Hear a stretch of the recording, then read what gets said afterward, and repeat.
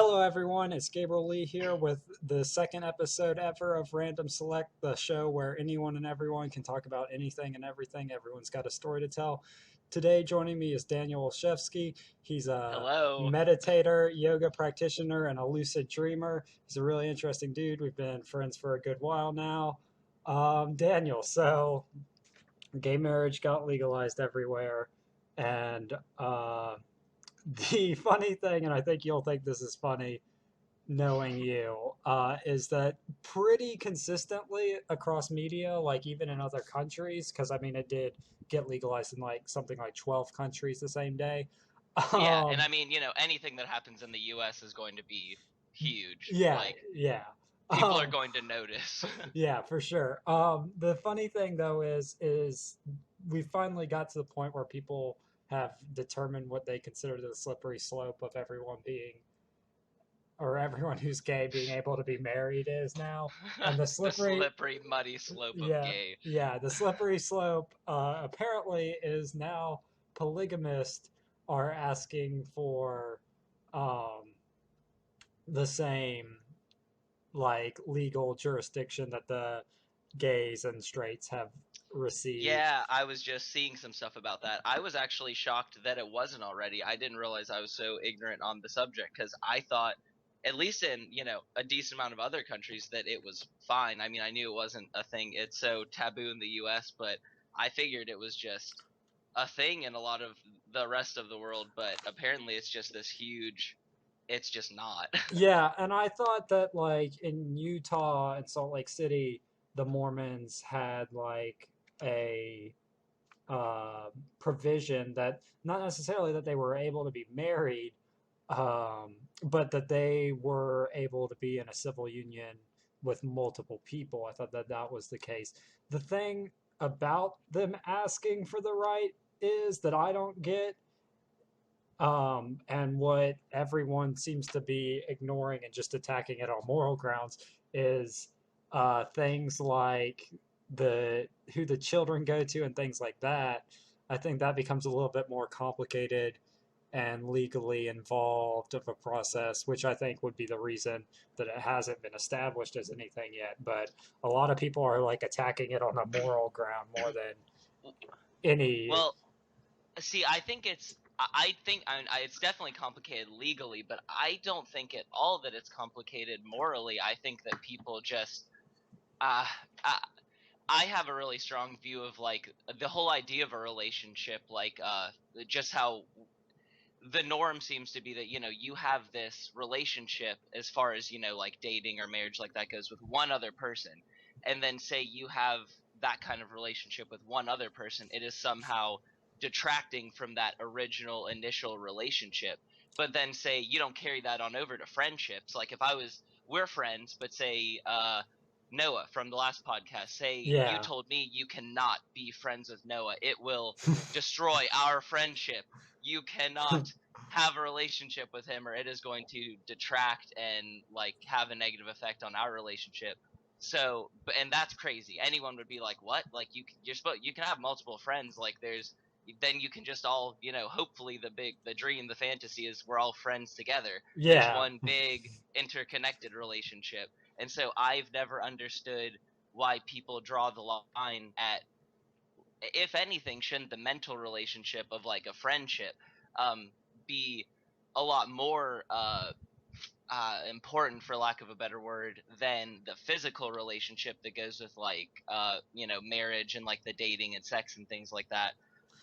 And but for some reason that physical part is what really blows people off. Like say uh I'm about to hit my 4-year anniversary with Sam Cermarini, and say you and I kissed, Yeah. that would just blow stuff up. And I totally respect her opinion on it. It's very different than mine, but she would just be really sad about it. It would hurt her feelings. And obviously the majority of people feel the same way. But that it doesn't make sense to me. To me, it's weird. Like the physical aspect of it is somehow more meaningful than the mental relationship, which is fine to extend to other people, whereas the physical side is not. Yeah, I think the non-religious standpoint on it, though I think on a for the vast majority of people, it is something that has been conditioned in as a result of the religious aspect, which I'll get to in a second. But I think maybe, and this I guess is the only way that I could reason it, is that if you think about it, you can mentally be engaging with multiple people at the same time, which I don't understand really how that's okay because I think most people really, when they're like in a really full on relationship, want the focus on you, on them, and you interacting with them in the moment that you're interacting. Yeah, of course, and it's just a time issue too, because only so many hours in the day, and if you got all these other people you're giving yourself out to, friend wise or relationship wise, whatever, Yeah. it's taking away time from them. So where do you draw the line of like how much time you can spend with other people, or can you not spend any time with other people? Like where. I think it's just something that has to be decided, I guess, between the two, or if it's like a polygamous relationship between the three or four or a million, whatever. Yeah. Yeah. And no, go on. That was about it. Yeah. That's more or less where I was going with it. Is that probably when you're interacting with someone physically, the person on the other end isn't necessarily attracted to that other person, so they're not able to engage with you for that time span. So yeah, just the fact that it sort of diverts the energy flow, and that person may not really, at that point in their lives, be interested in dedicating time to other people in that way, which is like completely respectable and understandable. Uh, Yeah, if uh, they're not into that other person the way maybe you are. But yeah, then since we're talking about, polygamous relationships, if the people are all interested, the fact that other people have an issue with them having this interconnected relationship to me yeah, is just, it's about as silly as I think everyone was starting to realize being against gay marriage was and y- homosexual relationships. yeah, and I think that's a point that kind of gets slipped under the radar when we're talking about polygamous relationships, is that what is being defined as a polygamous relationship is a relationship where all members of the party are on the same page about at least that there is a polygamous relationship going on. Yeah, And yeah, it's like just like the idea of like a polyamorous relationship. It's like basically the same thing, just without the marriage aspect of it. yeah, Everyone's into it. There's the whole idea of there needs to be this honesty, feelings about other people and the group, whatever it is, should be open so that there's not this whole issue of like now how everyone's getting divorced because maybe people are cheating on one another because they have these feelings because everyone it like comes to that time when they're interested in someone else, whether it be a friendly relationship or whatever, and they don't want to talk about it.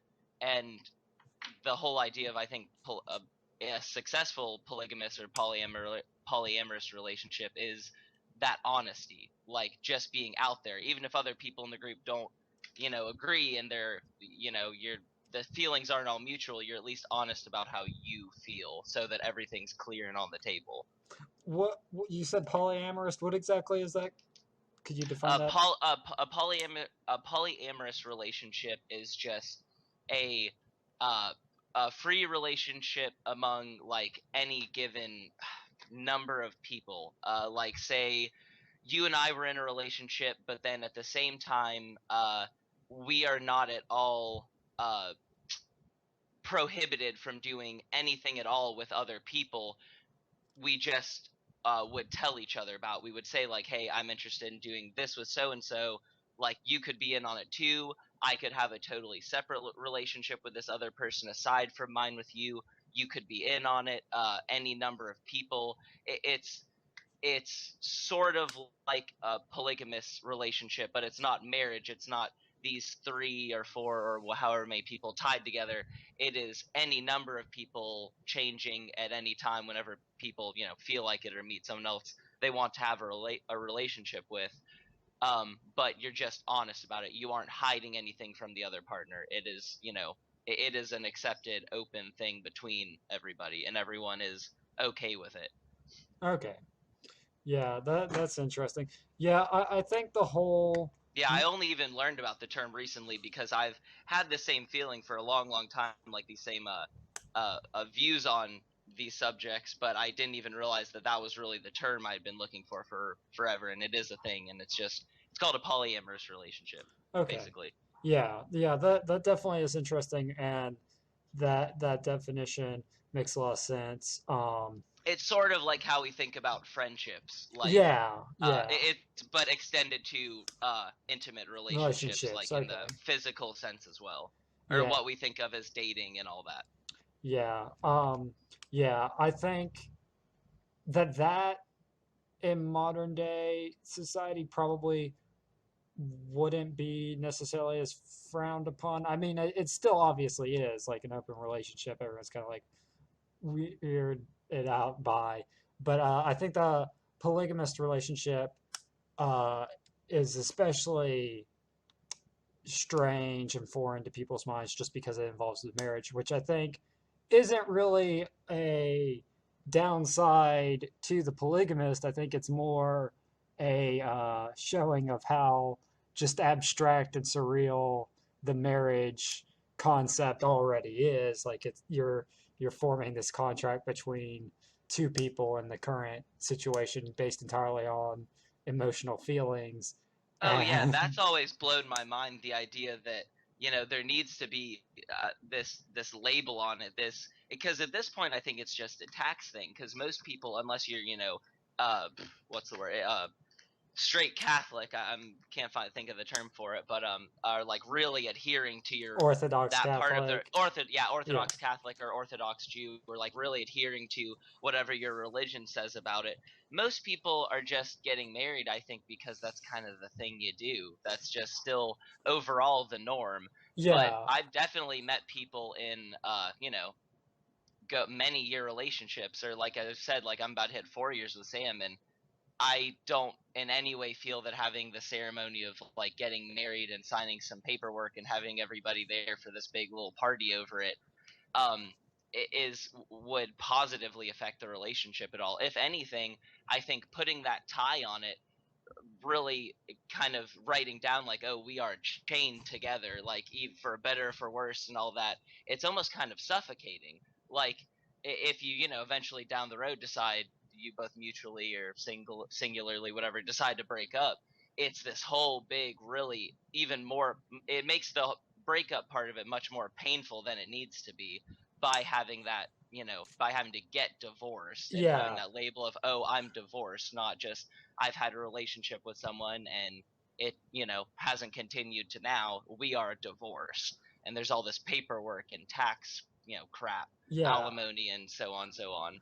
I think that the complicated thing with the physical like aspects that of the law that you receive when being married is that while some like tax things and stuff shouldn't necessarily exist, it's a kind of odd break to be receiving for any real reason. I guess it lightens the paperwork load in some ways for the IRS, which is apparently like only able to deal with 40% of tax fraud cases now just because of how understaffed they are.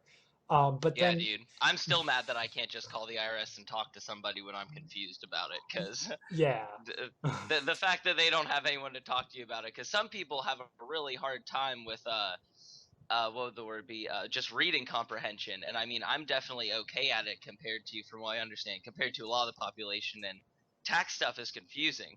Like the yeah, first couple of times doing it, if I didn't have, adults who had been doing it for years showing me how, and I was for whatever reason on my own, like I'm sure people are, and not being able to actually contact the IRS or someone and have them talk me through it is silly to me. yeah, and I think they like sort of have mitigated that by having H&R Block do the free tax write-ups, but then that begs the question as to why the IRS or the government isn't like subsidizing that money towards the IRS itself just doing it. I mean, I know it's a H&R Block like marketing thing, but I know that there's no way that like 75% of the people who file for free through H&R Block are coming back to file like really expensive taxes and stuff like that and really giving a financial gain to H&R Block. So I assume that there has to be some like subsidization uh, in that industry.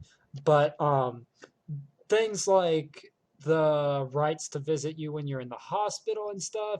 The That's exactly what I was just thinking of.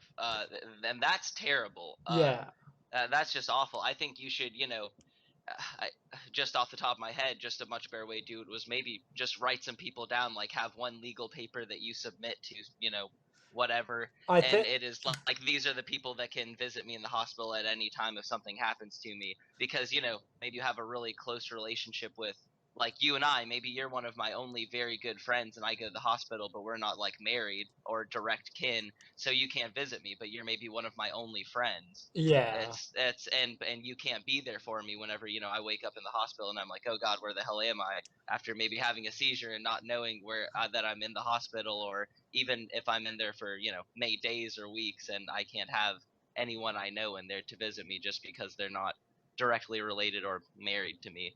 yeah. That whole idea is complicated, and I sort of get that, like, the hospital system isn't interconnected, so writing down on a piece of paper that wasn't like an easily verifiable thing. Uh, Yeah, that's what I was thinking. Like I mean, the government in that quick scenario I just made would have to invent some agency, but I mean they've got enough already. It seems like it'd be easy to do. yeah, Give some people some jobs or something. yeah. I mean, and that's like really always what it boils down to, is that people are going to have to be given jobs, which is weird because that was a complaint about the gay marriage when that really would have never been an issue. The fact The that, gays don't work. well, no, the No, fact that I'm sorry. two men or two women were getting married was no more legal strain on the system than a man and a woman getting married. Like that, it doesn't add any more ambiguity really to the law. I mean, people could argue that child support cases becomes more ambiguous, but really those are already so ambiguous legally that Oh um, yeah, incredibly. I've heard ridiculous things with all the child support stuff because there's no one really heavily looking into those cases. Usually a judge looks at it and goes, "Oh, well, this person was usually often from what I know, the woman was, stopped from going to school or continue on with her career. So here's this amount of money." No one's like really delving into whatever the situation was. And I mean, I'm yeah, not saying that that's not usually or at least often the case, but I'm sure it's not always, and I've definitely heard of cases where people who don't deserve any money are being given quite a bit of money. yeah, and that alone I don't think was any more complicated by the fact that the children might have been natural births or unnatural births. But I do see when they finally get to the point when they're really like seriously talking about polygamy, how there will be legal issues evolving from that, just because it does become a little bit more complicated because this 50-50 split on all of these breaks and things like that nature don't exactly work out exactly the same when you have 33 relationship, or a 25 relationship. uh, but the Yeah, fact and that, I mean, I agree that would be difficult, but I think that it's really ridiculous that a difficulty with the law is keeping people from doing something, personal between themselves. for sure Like it should be dealt with. it's Like I think it wouldn't take a ton of time and a ton of ingenuity to deal with those issues. it's just amazing to me that the only real issue that would really ever come up with it is the one that is currently not the like focus of the issue, and it just being the moral thing. But okay, yeah, I just want to talk to you about that because I didn't know if you'd seen like the articles or anything like that. Uh, I've read a couple, but I've only been seeing them as recently as since the gay marriage was yeah, no, I legalized, and mean so they I haven't definitely read a ton up on it, and if anything, just realized how ignorant I was on the subject. that they definitely only really spilled out post the gay marriage thing like that, and almost immediately everyone was like, "Well, see, here's the issue that we've created by letting the gays marry," and it was like, "Well, we already knew this was an issue, and Yeah, it's not like it's not. the reason Agreed. you think it's an issue isn't the reason it's an issue." But Yeah. okay. Um, so yeah, I read that Robert Moss book recently about lucid dreaming or conscious dreaming, and in it Oh yeah, yeah. he makes the case um, that lucid dreaming or why he says conscious dreaming instead of lucid dreaming, I guess is what I should start out with, is that conscious dreaming, different from lucid dreaming, is that it's so that you can interact with the dream environment in a conscious mind state and evaluate the information that's being given to you and stuff like that. While he sort of criticizes, I don't know who exactly it is that came up with the original like scientific journal lucid dreaming theory with the ping pong balls and the lights and the just like radio static sound to get you in that state. But he criticizes that man for his Well, overall. that would be, as far as I know, that would be Stephen LaBerge. Stephen LaBerge is really the obviously like the yogis and stuff who invented like dream yoga and all that thousands of years ago. Like it was certainly a thing before like the 1970s, whenever Stephen LaBerge did his thesis, his PhD thesis on it. But he was really the first one to make it like a scientific endeavor. So if he's criticizing that person, I'm pretty sure he would be talking about Stephen LaBerge, who is Okay, the only person I have read any lucid dreaming, gotten any information really from. okay, yeah. And it's not necessarily that he's criticizing the techniques. He's criticizing that from that lucid dreaming movement has sort of sprung up this movement of using lucid dreaming to uh, change the dream states and create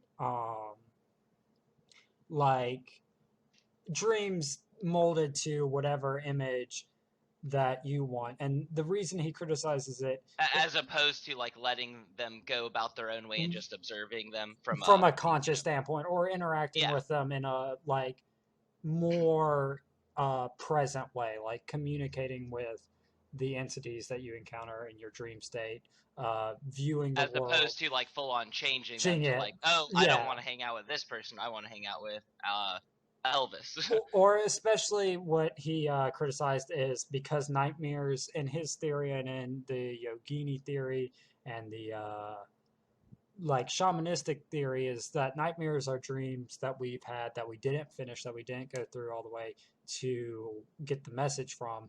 And so he's criticizing that people might use lucid dreaming as a way to bury some of those like doubts and stuff that they may be experiencing in their dream state that's like trying to give them a message. What do you think about that with your experience in lucid dreaming? Uh, or do you think he's got a valid point, or do you think he's sort of misinterpreting what if Stephen Laverne is saying, or if Stephen Laverne is the person that he may be criticizing, uh, if he's uh, sort of just to misguided? just to correct you in case other people mishear, it is LaBerge, Stephen LaBerge. If I'm LaBerge. correct, I mean I could actually even be wrong. I just realized I might even be saying his name wrong. But well, I mean, there's definitely a lot. I'm sure there is a lot to criticize with Stephen LaBerge's practices, just because he was really the first person to get into it, and since he was kind of the, I mean, first person to really make it a scientific reality, like really do the tests and like say during REM sleep, like tell people that if you get into the lucid dream and you're conscious, move your eyes in such a way, or like pretend that you're say having sex, and then they measure your heart rate and pulse and body temperature and things like that, and see if they really correlate to actually having sex, or they watch your eyes and see if they move. And so really showing that people could become lucid in dreams, because even though people who had done it obviously knew, there was no scientific like this is really Evidence. truly a thing. Yeah, this is like a thing that definitely exists and there's scientific evidence of it. um but that's really interesting because I've actually in my own experience, um it's very tough even now for me almost 3 years in to change the dream really intensely. It definitely, you can, and there are people who are more experienced than me that have more success with it. But it really, by disrupting that, I mean, by changing something, it really does feel like a disruption in the dream. It's like you are interfering with what is supposed to be going on. And even though it's a really cool thing, and it's a really interesting change to, have this power and control, the possibility at least of power and control over your entire setting and whoever's there and whatever you're doing. And you could be flying, sitting, swimming, playing 10 instruments at once, whatever. It is it is just as interesting to just sit back and, like you said, just consciously observe the dream, because lucid dreaming in itself only means that you are aware that you're in a dream. It doesn't necessarily mean you're changing anything. You could wake up instantly afterwards. It doesn't really entail you doing anything other than acknowledging that you're in the dream. So a lot of people find that as soon as once they're starting out, they're realizing they're in the dream and trying to do something like maybe fly or something and get all excited, and that energy is just too much, and your brain takes you out of the dream and it wakes you up because it's just like, this is not what we were trying to do. And I have honestly had more, if anything, just enjoyment out of not trying to change my dreams and really just observing them, because dreams in themselves, I mean, you can have mundane ones, but I've definitely had absolutely insane ones, crazier than anything I've experienced in real waking life, and they don't need my interference. There's nothing I need to do with them. It's like a movie. Like, you may have this idea like, oh, that would have been interesting to change in this movie, or that would have been an interesting thing to do in this piece of music, but it just is the way it is, and it's its own beautiful thing to just take it in as it is. Yeah, Um, and that's something Robert Moss was talking about. Is that when you do change the dream, or even if, like, say you were writing out a dream report and listing down whatever you had to dream, and you decide to change one element, if it isn't in a way that fits with what the dream is trying to say, or just in the natural progression of the dream itself, um, then you recognize it if you're outside of the dream and you're in a waking state and you're writing out, and you're like, well, this actually probably couldn't have happened in the situation that I was in this dream. Or if you're in the dream, it becomes very apparent that that's not going to work. Like, the dream will coalesce in a way to counteract that.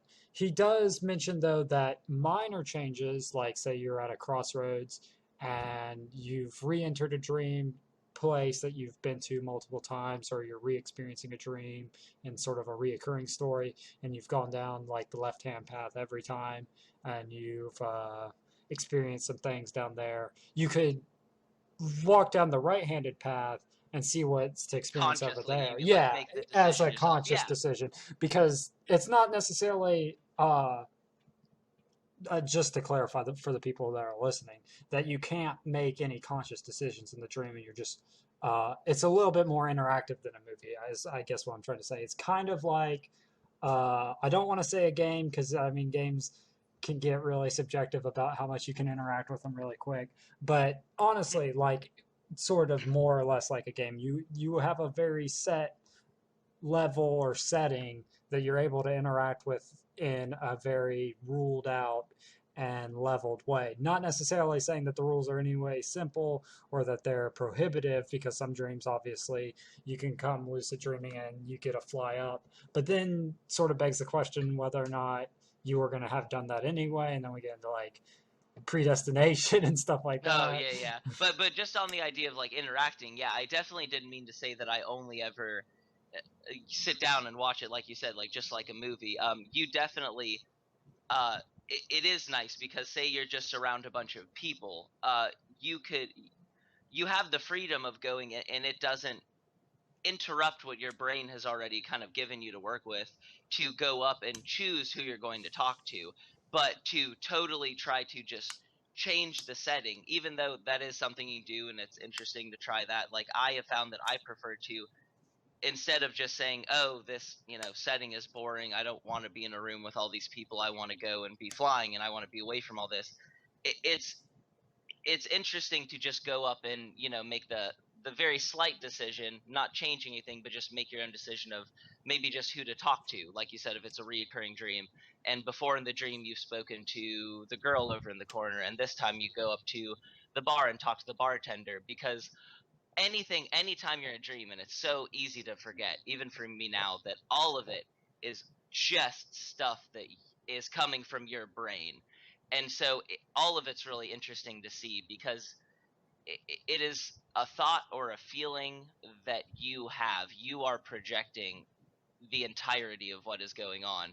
So even just like in the uh like when you're writing, for instance, it's a very like much in the like Asian school of thought that everything you write is worthwhile, is worth keeping.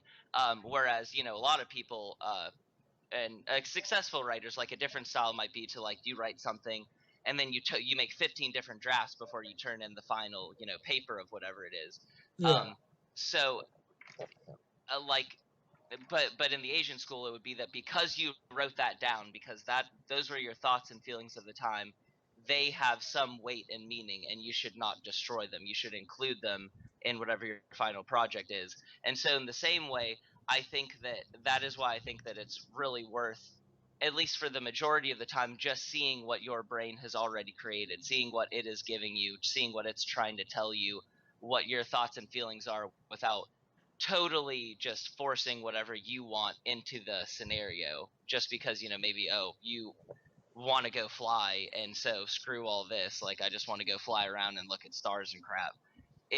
I think it can be much more just beneficial and insightful to yourself, like your own real thought processes and how you really feel about things, to just experience the dream as it's coming to you, because it is just such a pure form of your own consciousness. It is just such an interactive and right there in your face, like, this is me, like this is, I have created this, like, in entirely me. And it's so I just, to end that point, I just try more now to just experience the dream, and make minor changes as to like what I'm going to do and what I'm going to find out and learn from it if it's a reoccurring dream, but just not change it entirely, and just kind of say screw you to whatever my brain has given me to look at. Yeah, it's interesting that you went into the direction of it's completely created by your mind and stuff like that, because then we get into the two schools of thought about how your mind is, or two of the schools, I should say, because obviously there's infinite thoughts on this, is how when your mind is giving you dreams, it is trying to convey the messages. And the Freud theory is that it's really obscure. It's not being direct. There's a lot of very symbols, not necessarily that you've created, but symbols that are definable by people who've really studied psychology forever. And you can't really define your dream or say what maybe you were thinking at the time on a much more basic level uh, of the concept for yourself. You need someone to interpret it. And then there's the Jungian uh, philosophy on it, which is that you have created this world, like, say, the bar or whatever, and everything from like how the stools are and the people and what they look like is a creation of your mind that has a very direct reason for being there and is trying to tell you in the most direct way, uh, from anything being as simple as you getting the vibe that the bartender reminds you of like a friend of yours, even if he doesn't look like that person, and things like that. Like, it is trying to tell you in the most direct way, in your own symbolical language, uh, what this experience in your mind like represents. Yeah, or what you can possibly get from them. Like, maybe even though like he doesn't look like your friend in any way, you go over and talk to him and he tells you, maybe something that reminds you of your friend, or is something that like inwardly, like maybe the real vibe you were getting from that friend, or like a thought that you really feel like they would have like inwardly, that maybe you never heard from them about a subject or something like that. Yeah.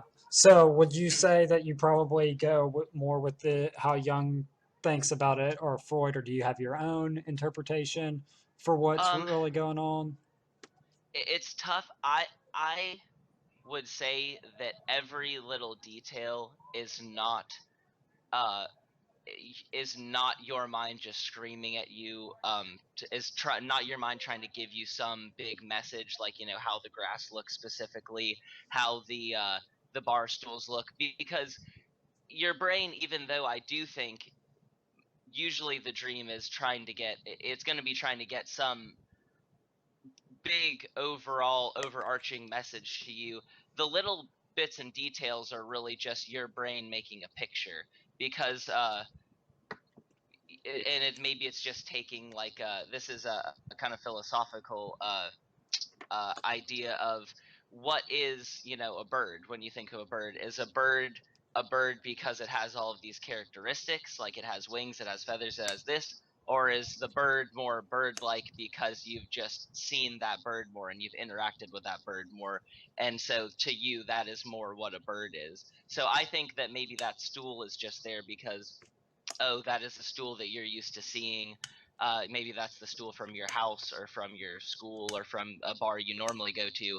And so it just puts that in there, just as like filler to get the real message across. I don't think your brain is really trying that hard to get its own separate message across with how the bar stool looks, or how that girl over there's hair looks, or her clothes, or this or that. I think that there is an overarching message that's trying to get through to you, and it's hoping you find it throughout your interaction with it, and every little detail is not really is not incredibly important. Okay. I agree with you for the most part, but I think what you're getting at, uh, sort of you I'm backtrack. definitely feeling it out. Yeah, I haven't thought about that in a while. I'm definitely kind of feeling out as ever my own opinion on it as I'm talking about it, but go I go. say that was a pretty decent. Yeah, no, I mean, I agree. I think, though, like with the stool example, especially, and you're like, it could be from your school, from your house, or from the bar you frequent. When you say, and just because we've set up this bar scenario as like a reoccurring dream, say Yeah, no, the, no, I'm kind of glad I did now because it's easy to work with. yeah, so in the bar, say that there are the stools from your school, and this is a dream that you frequently I go see where you're to getting at. and have a conversation with people that you learn from or gain some knowledge from, and some of the characters may be people that remind you of or are literally people from that dream. And obviously there's the argument that maybe these people also show up at the bar that you go to, or also at your house, or things like that.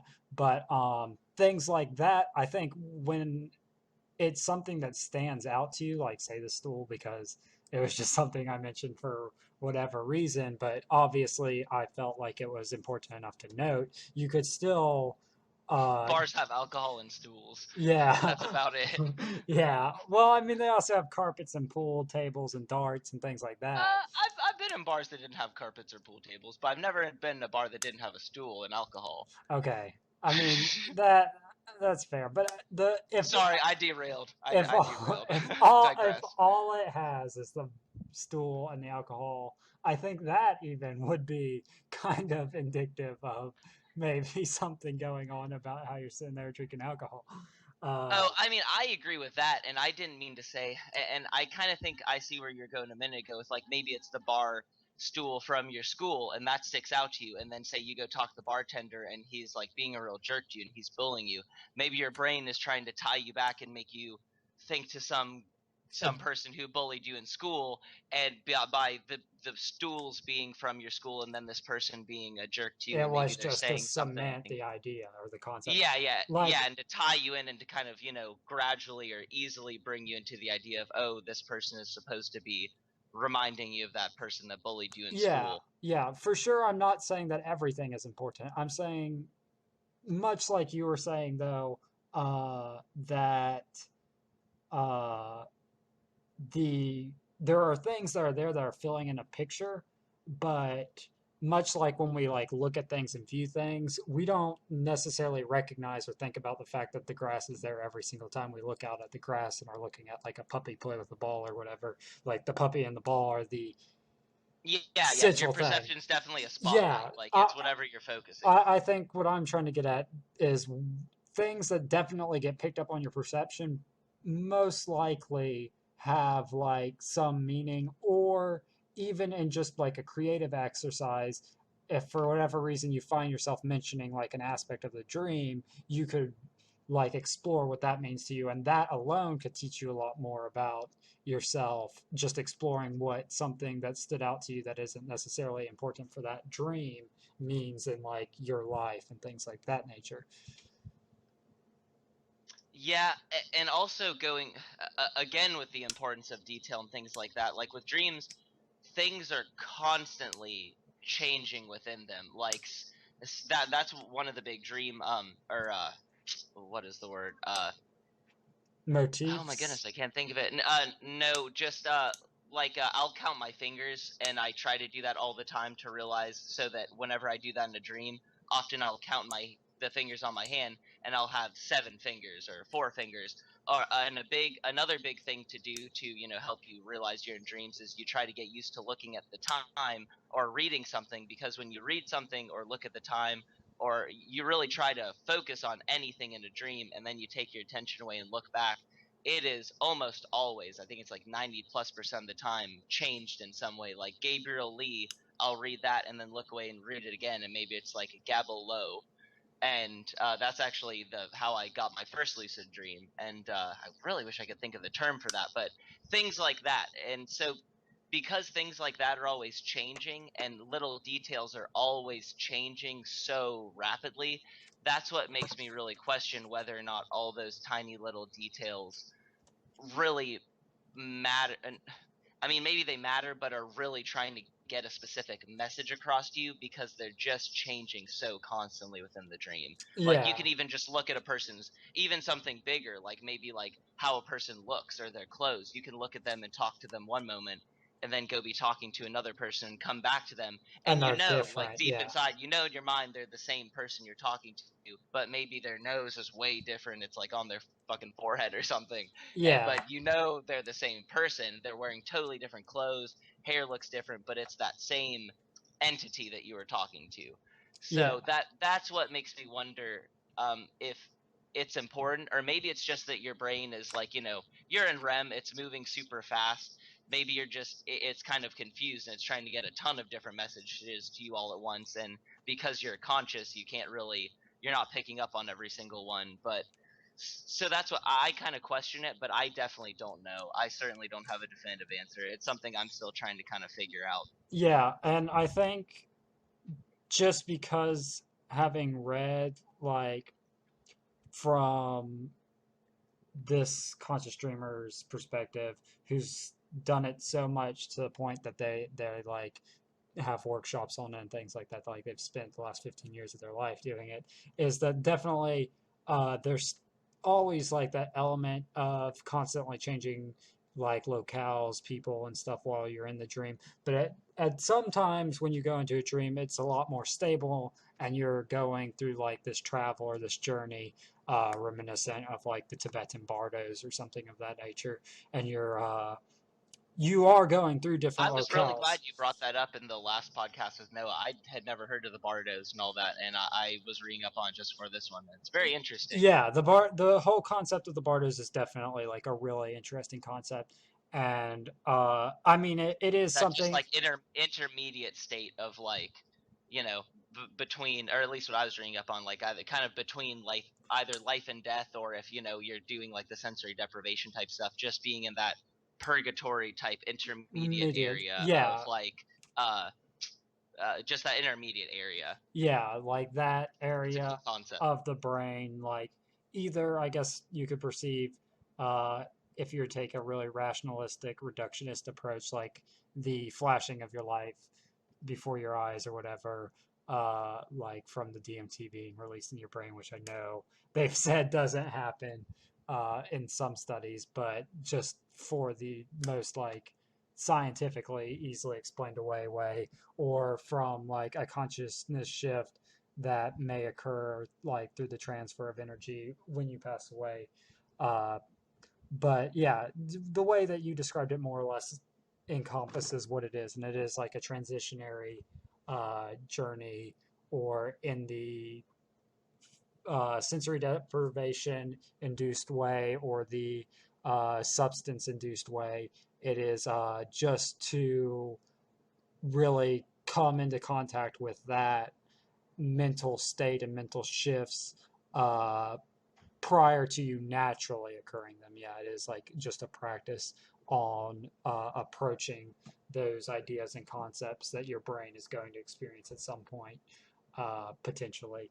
Um, and in a lot of like, once you get into the actual descriptions of the 40 bardos and like are reading about them, you sort of see how those could be dream states and things of that nature. And so someone, Yeah, for sure. As soon as I started reading up on them, I definitely equated it to, or at least could easily draw comparisons between those states and the dream states, and also meditative states for yeah, sure. meditative states, especially, just because I'm sure, in addition to the 40-day cave exile, that they were probably really practicing leading up to that and leading on from that experience as the Tibetan monks, Yeah, you would definitely meditatively have to work your visualizing way it. up Yeah. to that. I don't think any. I mean, you just go insane. You wouldn't really gain anything, I don't think, from the experience if you were just thrown Into into the cave and yeah, for tossed into 40 that cave. days, yeah. And just came out and they're like, okay, so how was it? And you're fucked up. Yeah, you Um, probably just wouldn't be able to speak again. yeah, probably not. No, so yeah, definitely a lot of correlation there. But what I was getting at is that there's definitely, in the shamanistic perspective and Robert Moss's perspective, when you're in the dream state, there are definitely different layers and waves of it, that you can progress through either by just having dreamed and really engaged in your dreams, or by taking, like, going through an ecstatic experience and really heightening your energy level, and then zoning out into like a restful, blissful state and using that like just brain energy that you've produced prior to going to sleep to push yourself through the levels and see like the different experiences. But I definitely think, um, that I've had dreams where it definitely is a much more lowbrow, like, intelligence trying to get through to me, compared to like higher brow intelligence dreams. Even if it's like both of them are in a mundane setting, there is like definitely a scale, it Yeah, that appears, on sense which of dreams. importance and Yeah. like yeah, I definitely. So what is your experience so far with dreaming lucid dreams? I didn't really know if you were into it at all or you Uh, had I personally putting any energy into it. do not delve into the attempts to like be conscious during dreaming. I do spend a lot of time working with dreams and like the writing them out and saying this could mean this, and like developing a really logo symbolical language for myself, just to put that weight on it. But I definitely much prefer, for my own like inner consciousness explorations, both meditation and like engaging in a physical activity to a point where you sort of get a runner's high and have like that extra sensory consciousness feel going on. Like, I mean, similar to when you indulge in psychoactive substances, uh, which is why it's a runner's high, obviously. But like, yeah, engaging both in that very low physical activity but high control of meditation, and then the lower physical control but high like physical function activity of like energetic outpourings and stuff like that to engage with my consciousness. And I'll sometimes read over like a dream report that I've written out and then go for the run, get to the runner's high point, or go for a bike ride, get to that like uh, mental state, and just think about it as I'm like riding that like wave, and sort of will experience some of the sensations again as like just in a very like weed like way. How when you smoke it, you, based on your mental state, experience like different sensations, uh, be it like that you feel like you're hot or chilly, or just like tension and stuff, obviously produced by the mental effect of how you're thinking, but because you sort of have an inhibition in the upper brain area, it has like a much more drastic effect on your physical state when you're under the influence of a drug like that. And just Yeah, sort of think about. speaking. Oh, sorry. Oh, sorry. Okay, but just, I'll wrap it up. But either that or the meditative state, and then come back. And if I've gained like some new insight about the dream, I'll write that out or try and make like a poem or one of those pixel arts that I've been doing to be I've been wanting to representative see of those that. too. I just heard that you'd been doing them when you mentioned them the last podcast with Noah. I'd really. Do you have them up anywhere? There's a few. There's one of the mandala on my Tumblr, but I can just message you that I should still have that saved on my computer. And there's the meditative state I'm working on. Yeah, One, please do. I don't have right now. The only social media I've got going is Facebook, and it hurts me yeah, deeply. I'm yeah, trying not to.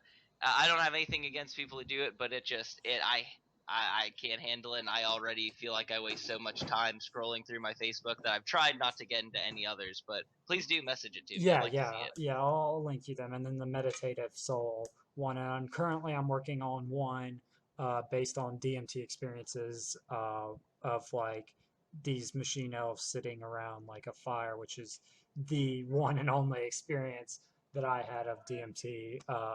But that one's taking a little bit longer because it's a little bit more involved. I want to like practice like doing Yeah, shadows that and sounds stuff like with the it pixel deserves some stuff. time. Yeah, so I have to learn a few more skills with doing pixel art and stuff. But it has a rough idea out and probably will be done in a week or so and be out there for you to look at, and I'll tag I'd you love in to it. see it.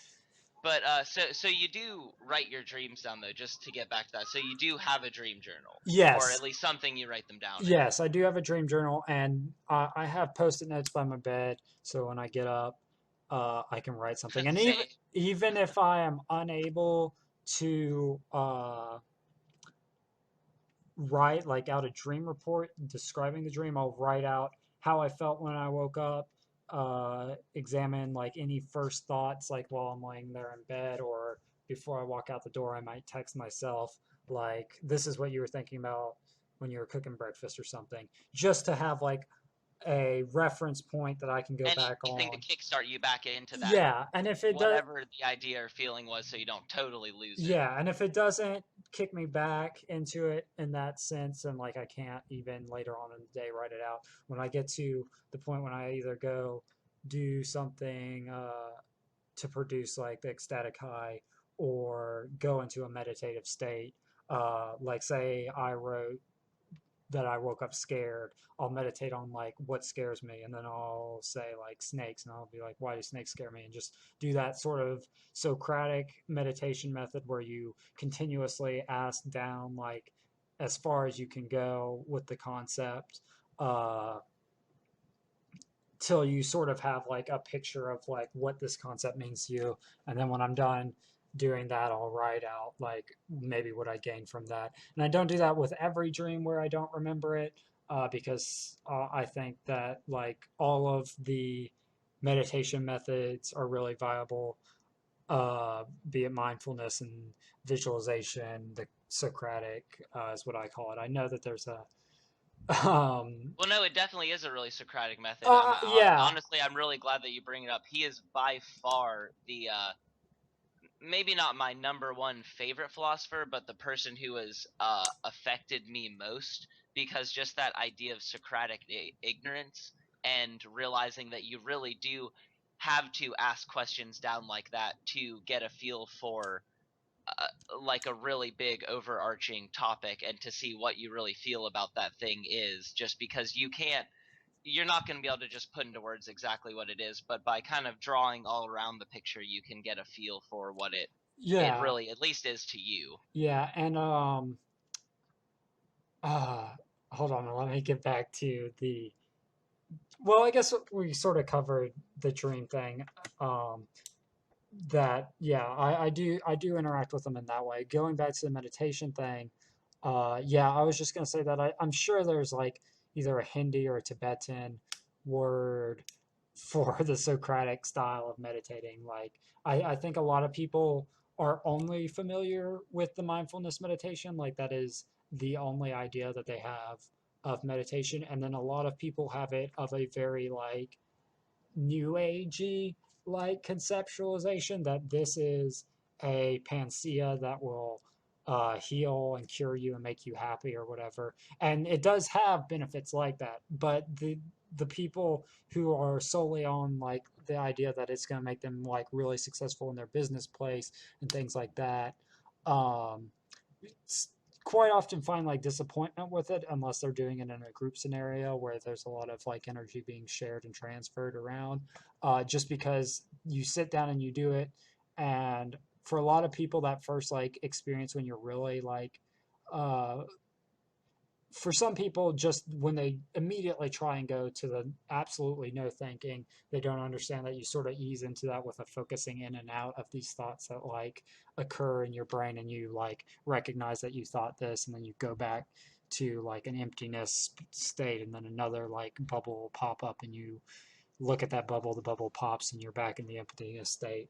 Yeah, Uh, definitely. 'Cause just meditating for, and still for me, even having a lot of practice in it, it definitely doesn't mean, and I don't think it ever will mean that I'm uh, just absolutely, or at least the my number one type of meditation. Like you said, they're obviously like main types. Like, and a lot of people think that like mindfulness is like, or like the transcendental meditation, which has just become so popular in the last 50 years, are like some of the only types. But meditation is really just like anytime you're kind of trying to train your mind or induce any mode of consciousness. yeah, Uh, like like just like one of my favorite ones, which I never would have thought was even a form of meditation, is just uh, you sit down, and there are a lot of different ways to do it, but the one I was taught was you just kind of realize like this, you imagine this like love or this feeling inside you, whatever it is, a liquid, whatever, and it just kind of like radiates out of you, and you just imagine that like that good feeling and that happiness like extending to other people, and you get thoughts in your head of other people, you know, like maybe your parents, acquaintances, even people you don't like, just being happy and smiling and just really trying to emanate that feeling of just goodness, that love, like to other things. And it's really, and it sounds so, you know, hippie tree huggy, whatever, but it's just, it is a really powerful, uh, it's just a state of consciousness, but it's a really cool, it's still just meditation because you're just trying to really induce this state, and by doing that it really does carry off into after you're done meditating, like you just feel happier, you just want other people to be happy, you want to you want to extend that joy to other people, you want everyone to just experience it with you. Or then there's other types of meditation, like just sitting down and listening to sounds, or like you said, the bubbles popping of thoughts. Like, I'll have great, really interesting thoughts come to me whenever I'm meditating, but you just have to kind of gently push them away, and hopefully, you know, maybe you'll remember it later and write it down if it was something important. But when you're meditating, you can't, the whole point is you just can't stick on it, you can't get stuck and really give your attention to this thought. Like, it's gonna yeah, come by, the thoughts are gonna come by, and the images are gonna, you know, cross. You may have like hallucinations even. Some people have them much stronger than I do when they're really deep into meditation, but it's not hallucinating the same sense as whenever, you know, some people might take like drugs or psychedelics too, because they just want to have those visuals, they want to have those hallucinations, and really like pay attention to them and watch them play out like a movie. And that's just not the point of, usually not the point of like meditation as most people know it. It is to really gently push those thoughts away and to just not get stuck on anything, to yeah, kind of be in that bubble of nothing, yeah. that Yeah, safe zone. it definitely for most people is that, and I think like when you get down to what meditation really is, it's just that you pick something that you are going to focus on and induce, and that is where you try like the state you try and cultivate. So, um, I think especially with visualization meditation, there is some of that sort of psychedelic experience, but that is more you are picking one like intricate geometry or whatever and focusing in on understanding like that concept or picture and using that picture as the like focal point for where your focus is going, and you just hold it on that. And because those like forms have such like significance in that society and that mindset, like there's Or a they may induce a specific so kind of mental yeah, state or yeah, feeling for you to meditate on. Yeah, yeah. I've definitely heard that. I have a lot less experience with doing stuff like that, but uh, do you, so you meditate as well? Yeah, no, I definitely do that on a daily basis. Frequently just for 30 minutes, occasionally for an hour to an hour and a half. But I definitely make sure that there is time put towards meditation and like uh, engaging in that practice every day.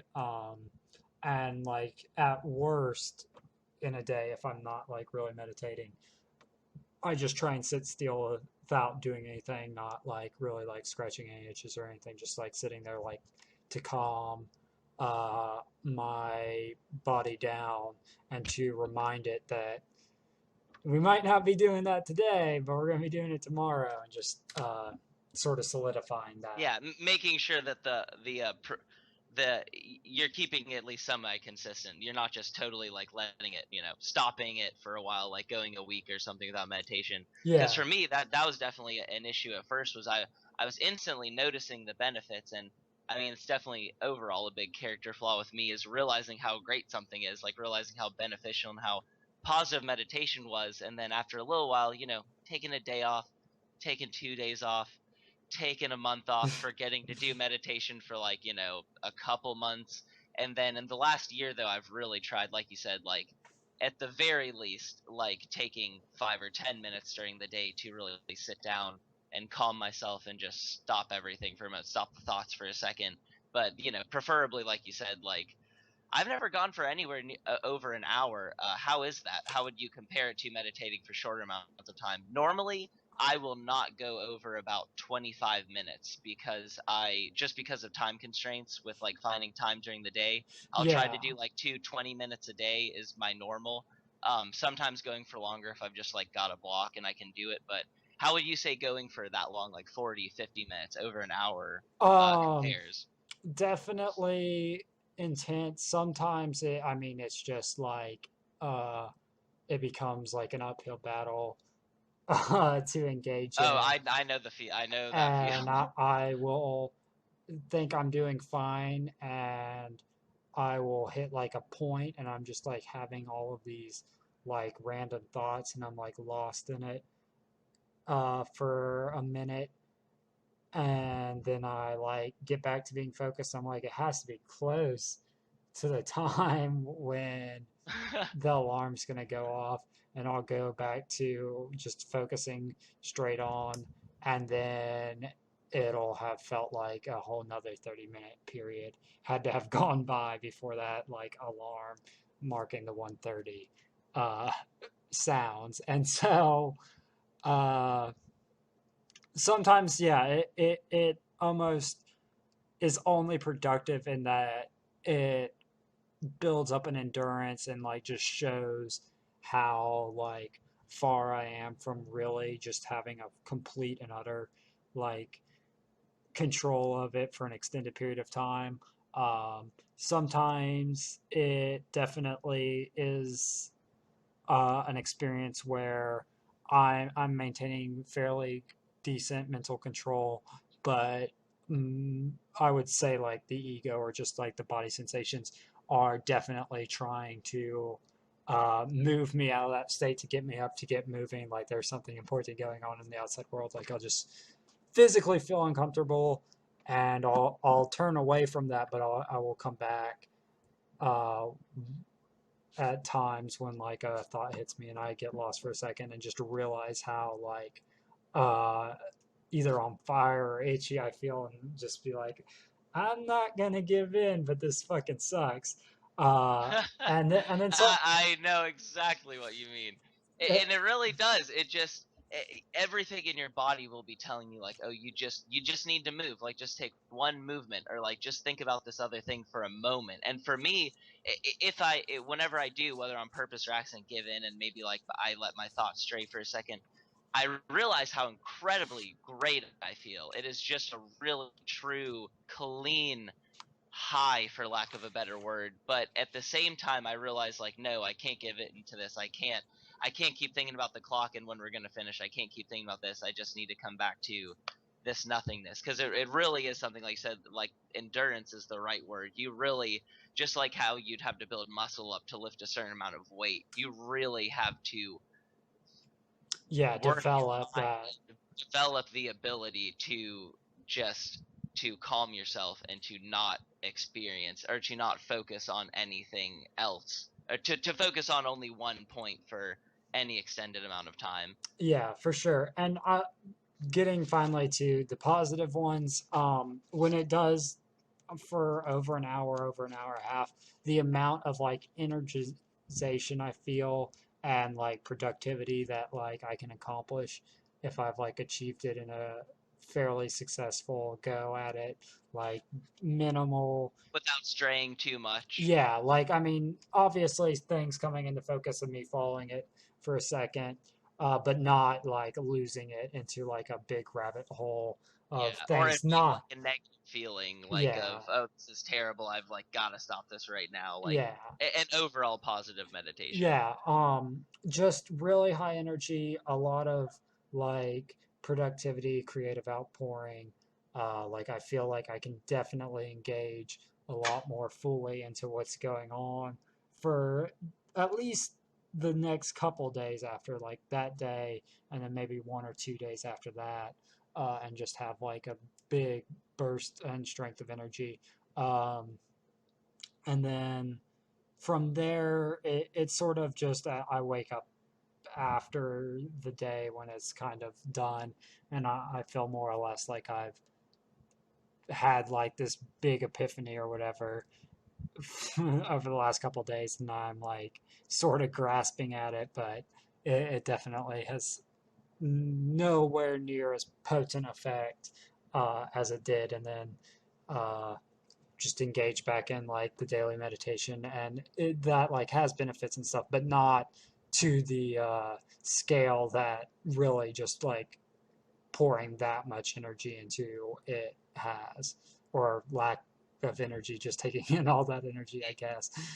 Yeah, exactly. It's just like it's almost that kind of.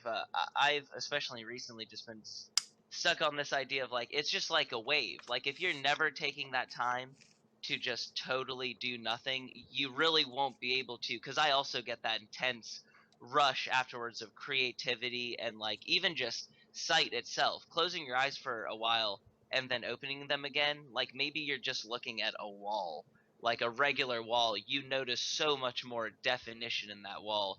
You just put so much energy is being put into just your vision because you haven't had it for a while. And same with your your thoughts and stuff. Like maybe you're sitting around for hours trying really hard to have a great idea for something to write about, or for some you're trying to write a song and you're trying to think of what you want this riff to sound like, or this little, or this bridge. I think sometimes really trying hard to think about that is not the way to do it, and instead taking that time to just have nothing, to let yourself just shut down, it makes the bounce back very intense, and maybe you can get to that point you're trying to get to. You can have that idea you're trying to get because you just let yourself stop thinking about it for a moment. Oh, and also that's what happened to me a second ago. Oh no, I lost again. I was the thing where I count my fingers and look at. I knew I should have written it down. Doesn't matter. Uh, oh, reality checks. For anyone that was listening earlier for the lucid dreaming stuff, doing reality checks throughout the day is a really good way to realize you're dreaming at night. Like looking at the time, or counting fingers on your hand, or just trying to take a look around you and really noticing what reality is like. But so that's the word I was looking for. But on Oh, meditation, oh what? What? okay. So practicing uh like a reality check or like a thought check during the day does make a noticeable difference in your ability to realize that you're dreaming. For sure, but not nearly as much. The number one thing you can do is just writing the dreams down, Down. Okay, that's what I because, thought.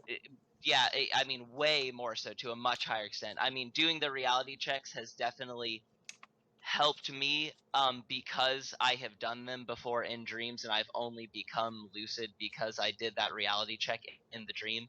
Because if you do it enough and you're putting that mental energy into constantly, like at least a few times during the day, like looking at a clock and thinking to yourself, all right, it's that time, closing your eyes, looking at it again, and then if it's the same time, if you do that once, I want to say within a dream, there's like a 75% chance that it will have changed, and then you'll become lucid. And then if you do it twice, it's like a 95+% chance Chance that of. it will have changed. Like the number or wording or the number of fingers or whatever you're focusing on will have changed, and therefore you will, hopefully, like, most likely realize like, oh, you're in a dream because that thing changed and you're putting that energy into it. Because if you're not doing it during the day, I mean, think about how just not focused you are usually in a dream, like how blurry everything kind of is. If you're not doing it during the day, whenever you have like more mental clarity, you're just not going to think to do it during a dream, and it's going to be a lot less likely that you're going to look around and check to see if you're dreaming, if everything's stable and it's probably real life, or if everything's kind of shifting and it's a dream state. But writing them down, keeping a dream journal is easily the most effective thing. I've heard of people who have done nothing but keep a dream journal for maybe 2, 3, however many years, and by only doing that and not working on anything else, not taking supplements or reality checks or reading on the subject whatsoever, um, they can become lucid at any time they want. Like, because you can get to that state. Stephen LaBerge was one of the first people in one of the prominent figures in the 1900s who got to the point where if he wanted to just have the lucid dream that night, he could become lucid. And if not, you don't. It's not like something you just can't get out of. It's definitely, you can get to the point where you have total control over it. Like, I am going to become lucid tonight, or I am not. Okay.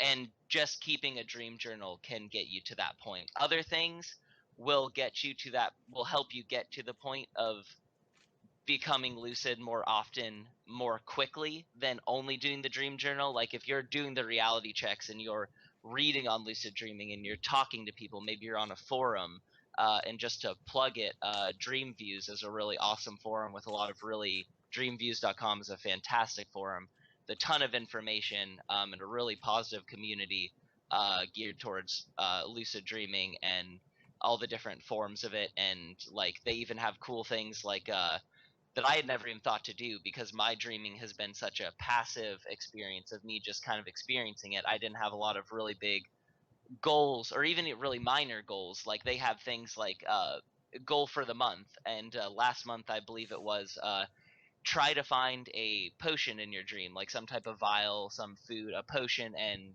consume it and see what it does to you. And or more difficult ones, like in a dream it's very difficult to recall things from the waking life, similarly to how for a lot of people it's very hard for them in real life to recall their dreams. And finding the goal last month, the more difficult, they'll have an advanced and a beginner's goal. The beginners was the potion, the advanced was trying to find a notebook or piece of paper in the dream and recall the events from your day in real life. And that is very, very hard for me. And I am only 3 years in, and I know it sounds like a lot. It is not compared to some people. Like there are people who've been doing it for 15, 20 years, Yeah. and that is it's a tough thing to recall anything from your normal life. It's hard even just, again, 3 years in, to go on with the goal of like finding something and remembering that you had a goal at all, and not just letting the dream kind of fly by you and you being so overwhelmed by the fact that you're actually getting to experience it and notice and you're conscious for it. It's something you really have to work on to like achieve goals, but it's a really cool thing once you get to that point where you can actually get something done within the dream. Yeah. And I know that sounds a little bit hypocritical of what I was saying before about not changing the dream, but it's both. They're both interesting, and they're both things worth going into, like having goals of things to do, and specifically like kind of adventure and explore the dream, and then letting it show you whatever it's going to show you. Both things are equally worthwhile. Yeah. And I think I find that concept interesting. I want to get to that whole concept of goals and interacting with the dreams in that sense. Really interesting. I was just going to say that like in Robert Moss's book, they talk about the creation of dream locales or like a dream tree or something that you spend a lot of your focus on in the waking life to create the symbological element that then occurs in your dream world, and that element of your dream world is a thing to help better translate or transmit information to you. Like, say you made a dream locale that was like this library where you could learn things, and then in that you have a dream and you're in that library, and there's books that basically have information that you may have forgotten or like read in passing, and you read through the books and you might gain some information that you know uh, in your waking life too. You just have sort of pushed it back, and maybe that information that you learned is sort of important to something that you're currently like struggling with or engaging with. Now, to go back to the dream goals thing, I really like that concept of like interacting in a guided experimental way. Um, it sort of reminds me of like the actual purpose of alchemy, like in the 1500s and 1400s. Of it was like a mental experiment thing essentially, and they would engage in thought programs and meditations, and the mystery schools in Egypt would do this, and yogis obviously did this, Tibetans did this, but with alchemists, just because it's like a Western tradition, it was a very much guided out uh, like group of people developing these experiments that you could do with your mind and with meditation uh, to have a better understanding of how your mind worked in a like psychological sense, like what exactly made you tick and how you could have a greater control and flexibility with your thoughts and things of that nature. What do you think about that? Um, can I mean I was there, but kind of condense the question for like I'm not sure what the What most. what do you think potentially could be like the overall result of engaging in those dream experiments, or in the alchemist tradition, Well, just the mind experiments?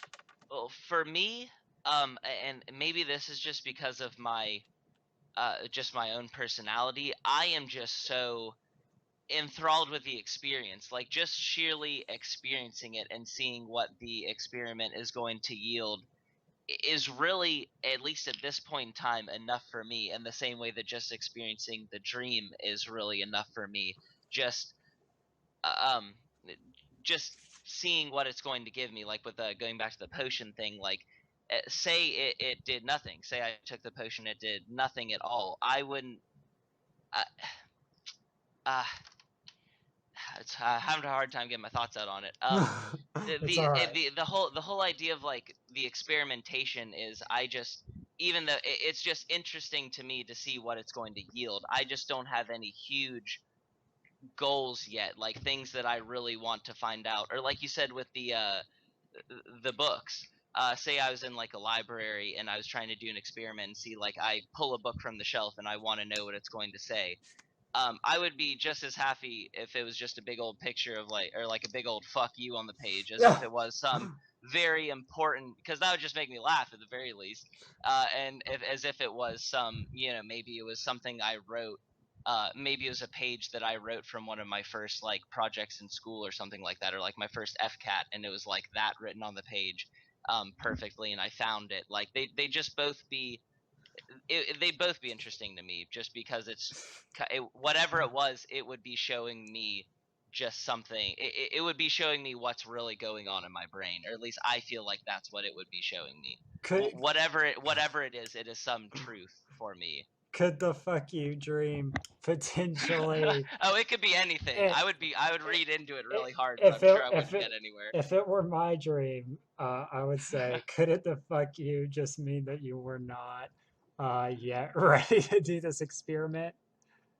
Oh, definitely. And I mean, but as ever, there's no, book you can go check, like, oh, is this what this really means? So even though it is fun and I think worthwhile to try to figure out what like a dream symbol or what that fuck you means, like try to think to yourself like, oh, what could it mean? You're never going to find out with absolute certainty that is what that meant. So that's why I just enjoy I try to enjoy the experience of whatever the dream is or whatever the outcome of the dream experiment. Like I've tried to do meditation in dreams before. I've like ingested substances in dreams before, both lucid and not lucid. And the outcomes are just interesting to experience. And even though it's fun to kind of try to read into them and think like, oh, I wonder if this means that I think this, or I actually have this feeling on it. There's just nowhere you can go to really check and be like, oh, I was right, it meant this, or I was wrong, it actually meant this. It's always just going to be you taking a swing at it. Well, So I just try to enjoy the experience for exactly what it was, whatever it was. well, what I was going to say is that because it's a subjective experience, whatever you say, uh, if you like really believe it to be true for yourself, wouldn't it most likely be the true case? It it would, and that's how I feel. Like that's how I feel about it too. Is it most likely would, but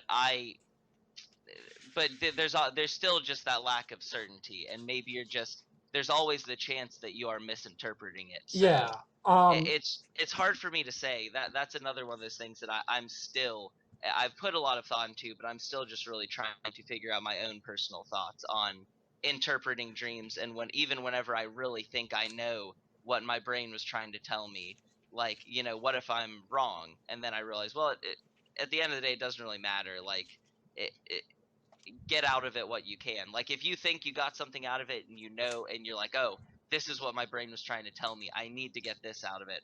As long as you're trying to work with it positively and you're trying to make positive changes based on whatever it is, then I mean, you're golden. You're not doing anything wrong. You're yeah. not Um, it just, as long as you're gaining something. For me, I feel like I'm gaining the most by just getting the experience. If you personally feel like you're gaining the most by you're like trying to work through some traumatic experience, or maybe you're one of the people who's like trying to get into lucid dreaming to get over some nightmare you're having. Maybe you have night terrors and you finally get to the end, and this tornado has been coming at you for years of your life, and you've been having this dream of the tornado coming to get you, and then you finally just like step into the tornado, and you experience this like willfully, and you experience this huge like outburst of like love and joy of you accepting whatever this tornado is. Then you wake up and you're like, oh my god, the tornado is my mom, and I need to go like love and respect and like just walk up to my mom and like and like, and then like acknowledge her, and or whatever the case is, and there will be this positive outcome. Like I mean, the tornado could have been anything, but if you're getting something positive and making a positive change, I mean, that's all that really matters, I think. okay. What do you think, though, then about building experiments off the results of the experiments that you've participated in? And like sort of developing just a way to explore different experiences in your dream state, because obviously much like life, I mean, to a certain degree, even though it is a wild random factor and it is an environment that there is a lot of uncertainty and questionability about, when you get a result in life, to further like experience down a route or something, you adapt to whatever the outcome of you doing such thing was. So say you drink the potion and no result happens, but it stood out to you that the potion you made was like blue or whatever, and you're like, well, what if I made a red potion and drank it just to see, because you're kind of interested in maybe that you can ingest like a uh, psychoactive substance in your dreams, or just a medicinal substance in your dreams, and it could have an effect on your dreams and potentially have an effect on your outward life. What do you think about that?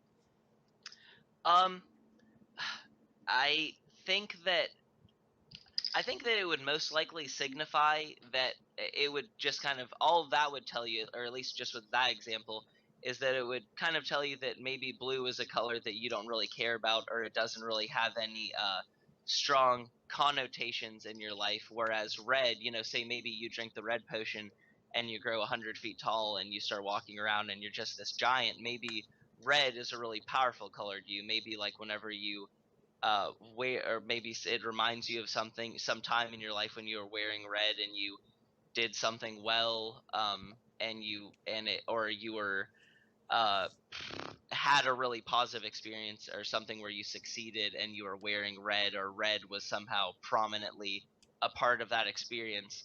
um, I think that that is all it would mean. And again, it could mean nothing, it could not mean that at all. It could just be that that night you decided that the blue potion wasn't going to work and you decided the red potion was. And I think you would have to. I haven't done that experiment. I haven't. Again, it's tough to experiment. I'm just now getting to the point where I can. So I think you would need to, just like any good experiment, you'd need to recreate it. You need to do it over and over. And maybe if every time you take that blue potion, or at least 95% of the time, it does nothing, and that red potion makes you grow super tall, then it probably is because that red has some strong connotation for you, and the blue just does not. Yeah. So it's tough though. Again, like I'm only now getting into the experimentation, and so there's not a A ton whole I can lot. say on Yeah. it. Yeah, I I'm still developing a lot of my opinions on everything with my experiments and the dreams, because it's really tough to fully change the dream and to entirely get into that exact same scenario again. And Yeah. so it's hard to, like, because obviously with the scientific experiment you want the same conditions, you want it to be this straightforward mathematical thing, whereas the dream is just not. It's going to be really, I'd even say, impossible to exactly recreate that dream experiment again. So it's just such a subjective thing that I think is more than likely just going to change every time, depending on what your mood is and where you are that day or that dream. I Okay. mean, Yeah, no, I can see that. I just wanted to know if you thought there was any, I guess, warrant to further exploring the like an experimental like progress and sort of writing out a dream journal or dream reports based around these experiments that you were participating in your dream. Just maybe to see, because especially with young, this is probably the best example of someone who engaged in dream, sort of dreamlike state in an experimental way, just to maybe engage your creativity in an interesting way and see like what creatively works for you, or just to see maybe what you can determine uh, fairly consistently has a result for you, or a significance for you, and then from there determine why it has a significance and things of that nature.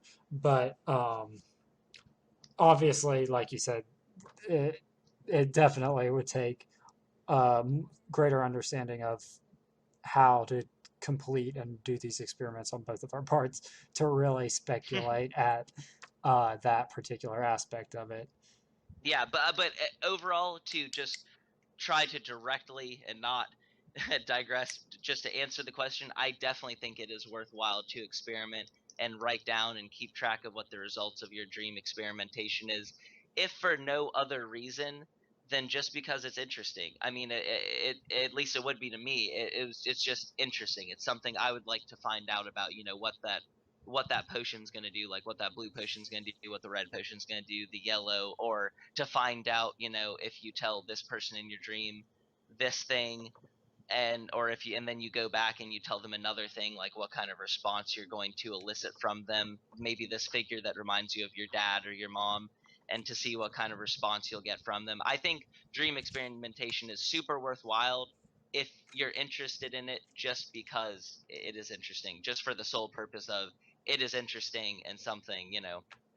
something fun to do, something, Yeah, yeah, definitely. I was more or less getting just at. like in the same way I kind of feel about, I guess really just because that's how I feel so strongly about life is just, just kind of, if you're enjoying it, just do it. If it's something you think you'd enjoy, if you think you'd get a kick out of doing some dream experimentation and seeing how things will result in what, then just do it.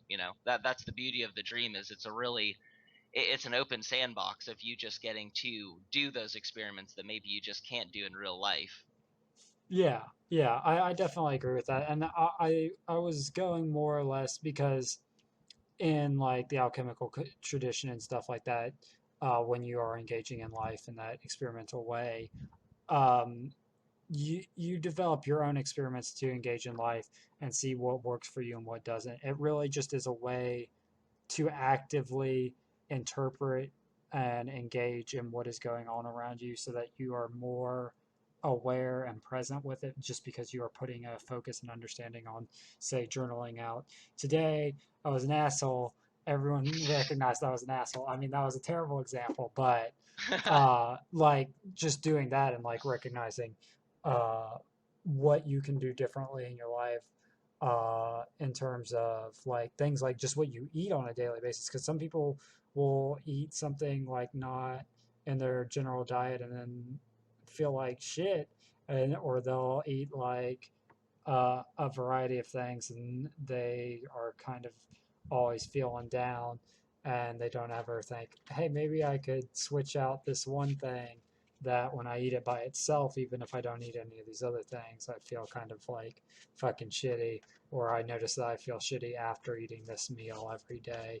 Uh, just like to really and it once again is solely because it was a Western tradition that is like this, and that it was in a scholarly like mindset to engage in life. But I think that there is like a lot of value in engaging in life and dreams like that too, and not just a altered consciousness sort of scenario. I think there is a lot of examination that we can experience in a day-to-day basis that we push to the side either because we don't want to change things in our life or because we're not aware of them.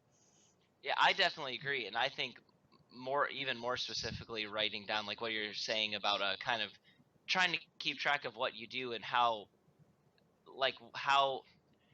just the idea of keeping a journal and keeping track of your thoughts and feelings and how like what you did that day and how they affected you.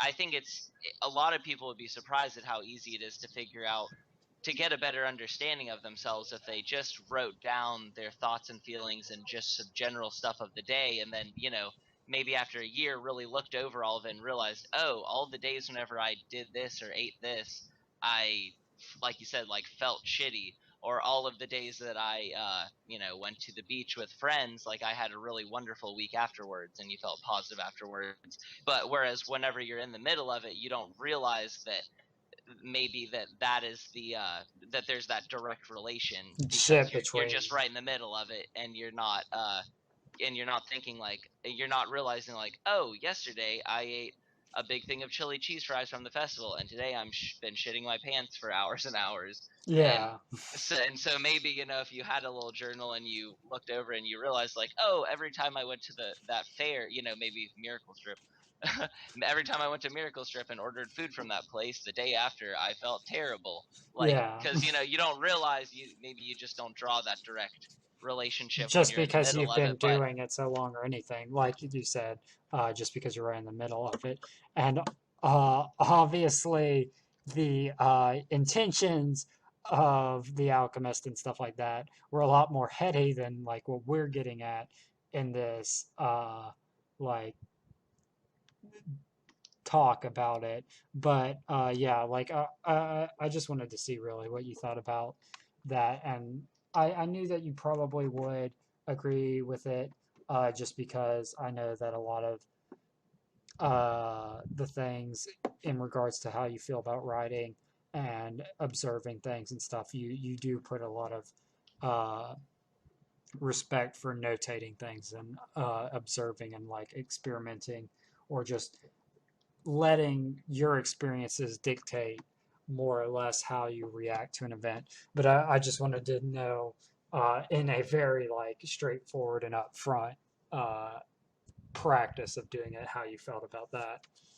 Yeah, and it's definitely, as I'm sure you can tell from the last 20 minutes of me fumbling around the subject, I'm always like kind of trying to figure out how I feel about things. Like, and so often it's only through talks like this, and that's why I wish, people would have them more often, is you really don't get a chance sometimes to mull out how your thoughts on certain things until you're verbalizing them, because maybe you just kind of, or you're writing them down, and really fletching out how you feel about, because maybe you ruminate on an idea sometimes, or how you feel about such and such, but until you're really talking about it and getting your ideas up front, you don't realize that maybe you don't have a full understanding of how you feel about a subject. Yeah, yeah, for sure. And this is something that sort of came up, or I mean, more or less did come up in me and Noah's talk last week, and it was that a lot of people don't realize that they're not like engaging in a conversation, that they are not like putting a actual conversation out there. They're just sort of going through the motions of having a conversation, and they're like stuck in thoughts about like what's going on in their life and stuff like that. But that like discredits, especially for how many people like realize just how like impactful people can be, and like what a drug social interaction is to people, that if they took the time to listen to what was actually being said uh, on their own part, and then gave like a thoughtful response to what the person may have been offhandedly saying, that person is going to pick up on that you were actually listening to what's going on, and then you're going to enter like a discourse where you are like communicating on a deeper and more interactive level between like the two parties of the two people, or however the conversation is geared or oriented. And that alone, like just being able to express, like you said, is like a big deal. Like it definitely can seem like a novelty, and people say like it seems like a novelty in our times with like technology and stuff, but people just now have like a physical thing that they can linked to like this distractedness and this uninhabitedness of a conversation. But people were always fucking not engaging in a conversation without realizing it. Like it isn't necessarily that it's intentional. It's just that when you're like thinking about that, you're like uncomfortable in the seat or whatever, or what you got to do when you get home, when you're talking to this person, that you're not putting like the full effort into it, or not opening yourself to what is actually being said. And that uh, can cause like a lot of like you ruminating or running around in circles in your mind about the same thing over and over again, because you feel like you haven't really expressed it, or you listening to someone and like are thinking about what they said, feel like they didn't really express it because you didn't pick up on everything that was being said, or listen to it, internalize it, ask a question about what was said, and like engage in a discourse. Yeah, it's definitely something that I've had to fight through, just having a conversation with someone and being distracted, not really. It is such a beautiful thing just to find someone who listens to you, who does not just hear what you're saying, but is listening to you and is having an interactive conversation.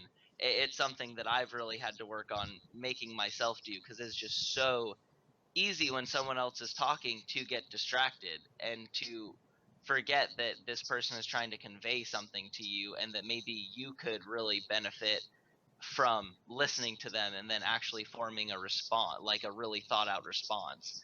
I think it's just conversation is just something that that people don't apply themselves to or put enough effort into.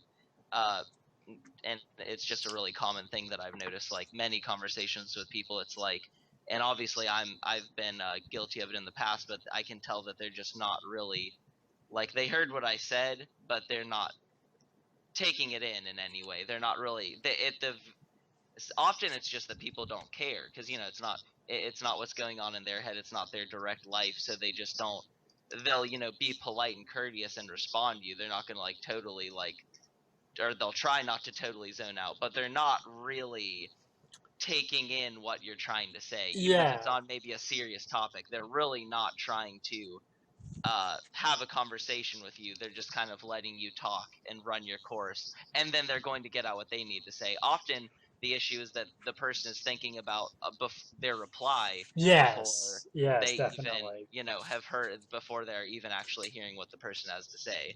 Because Yeah, they're so, and it's hard. I have had a lot of time trying to deal with how uh, just self absorbed I am, and how everyone can be at times, because you're the most, at the forethought of everything. Like, you're your own little entity, and it's so easy to get lost in all of your own stuff and forget how important everything out there is. And like I said, just forming a response before you even really get the message the other person's trying to give you.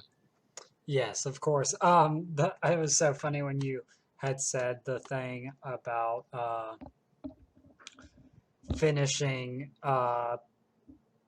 what or thinking of the responses before like someone's finished talking. Like when people feel like they're being asked like their opinion or their input on something, they will definitely hear like half of a sentence, think that they understand exactly what is being asked or going on, and then immediately have already be like formulating their response to what has been said. And that like is a big uh, part of why conversations sometimes come off as unengaged and things like that. Yeah, I think communication is just really something that is not it's not given as much effort as it should be, because other people, like, people may realize, in the back of their heads, like, oh, maybe this person, even if it's like a really big speaker and like you're really interested on the topic, like you go to you get to have like a meeting with some person who's an expert in chemistry, and you're a chemist and you're really interested in chemistry, and they're talking to you.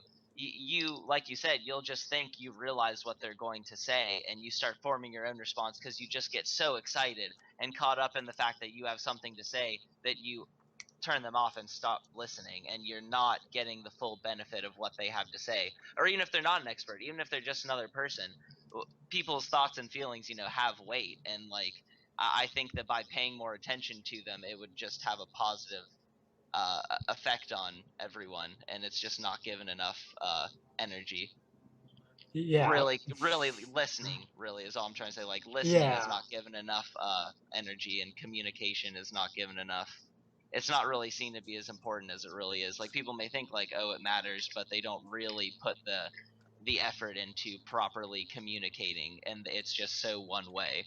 for sure, definitely. I mean, I you covered it all. Uh, like, I mean, yeah, because I mean, me and Noah went over pretty much the same thing, and like that's one of the big things about this podcast is that um, it's to engage in that like discourse between people and just to like have a conversation out there and show like this is what anyone that you ever talk to could be talking about. Like they could be talking about all these crazy things, and you just have to be ready to like commit to a conversation. Basically, is more or less the goal with Random Yeah, Select. and not having other stuff going on in the background, because I think Yeah, that's one of the biggest things that is so people, it's almost like they're trying to be distracted. It's like they're trying to put the conversation, just like how people need multiple media or multiple things going on sometimes when they study, and they're really having a tough time studying and they don't realize why. And it's because they have music on and TV on in the back room, and they're trying to read a book.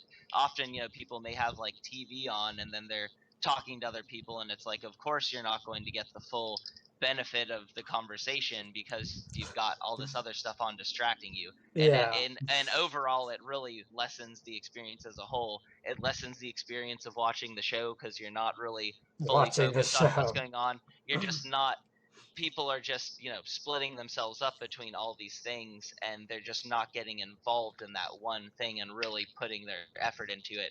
And I think if they did, they'd realize how much more, just how much more pleasing that is, how much more beneficial it is to put your effort into one thing and not, be distracted. And again, that's why I think meditation is just such a positive, powerful thing, because the whole, or at least the whole aspect, is the idea of focus, like putting your focus into one thing, and how positive that can be, and how just powerful that can Yeah, be. it's funny that you mention it because that whole concept of like the act of listening and stuff really got reinvigorated in my mind when I read like a sample of some Buddhist writing uh, from a book, and they had a little essay on like conversations and listening, and I like that really resonated with me, and I was like, this is a pretty intelligent thing that doesn't necessarily have to be grounded with uh, meditation, and definitely doesn't have to be grounded with any sort of spirituality that a lot of people could take into their lives and integrate. Um, I want to ask you about supplements, but because I just mentioned spirituality, I want to cover that because it will lead into supplements that you talked about earlier. Doesn't Uh, religion always end in drugs? yeah, I mean, it definitely does. At least, like, according to Terrence McKenna and, like, his whole mushroom theory on life and Yeah. how, yeah, I mean, Yeah. apparently everything is drugs, and that has always been drugs. Uh, everything according, drug everything is drugs and everything's a phallic symbol. yeah, I mean, it is all mushroom phallic symbol drugs, which becomes bizarre once he starts like talking about like DMT and LSD, because then you lose the phallic symbol and you just have the drugs. And I Yeah, don't well, know I if think Terrence McKenna is just one of those people who really he brought the art of talking, but people got to realize that he's still just he's not a god, he's a man. Like he had a lot of awesome ideas, and it was yeah, really cool. His talks, a lot of them are really cool, but some of it's BS. Just like some of this podcast is kind of us fleshing out ideas, and it's yeah, just yeah, and it's the same for him. Sometimes or like even the one with Noah, some of it I was like, oh, they're just kind of talking through stuff. But then you hit a point that really sticks. You get to that truth, and you just got to sometimes kind of work around a subject to get to it. And yeah. And on to spirituality. yeah, I just want to say that after this, and at the bottom of the video, I'm going to put a link to the Psychedelic Salon. It's a podcast. Oh, Uh, that is a fantastic okay, so you've podcast. already listened to it. His a little bit of it. He God, what is his name? He also has a Lorenzo Haggerty. Yeah, Lorenzo Haggerty. He has an awesome podcast with Joe Rogan, which Oh is where I yeah, first found his out about episode. him. Yeah, And he also has a book called the Generation Genesis or Genesis. yeah, the Genesis Generation. Yeah, Uh, yeah. and it is. I'm trying to think. I want to say it is just an audiobook. He. He's released a physical book since then. Oh, really? Okay, Yeah, I've only listened to. I haven't finished it. I actually kind of forgot about it. I want because it's just so easy to. Audiobooks are tough for me. I really have to be on like a long car ride and have the ability to focus on just that. yeah. Um, I think audiobooks are kind of a hard thing. I think that in a car sense is probably the best thing, which is kind of yeah. ridiculous because that means that you're really engaged in this uh, narrative that's being presented at you while you're supposed to be driving a like Yeah, hydraulic and rocket yeah. missile. So Google cars will help like alleviate that fear of mine, but Yeah, because it's just tough. Because with the book, you're right there, and you absolutely can't unless you've got music on.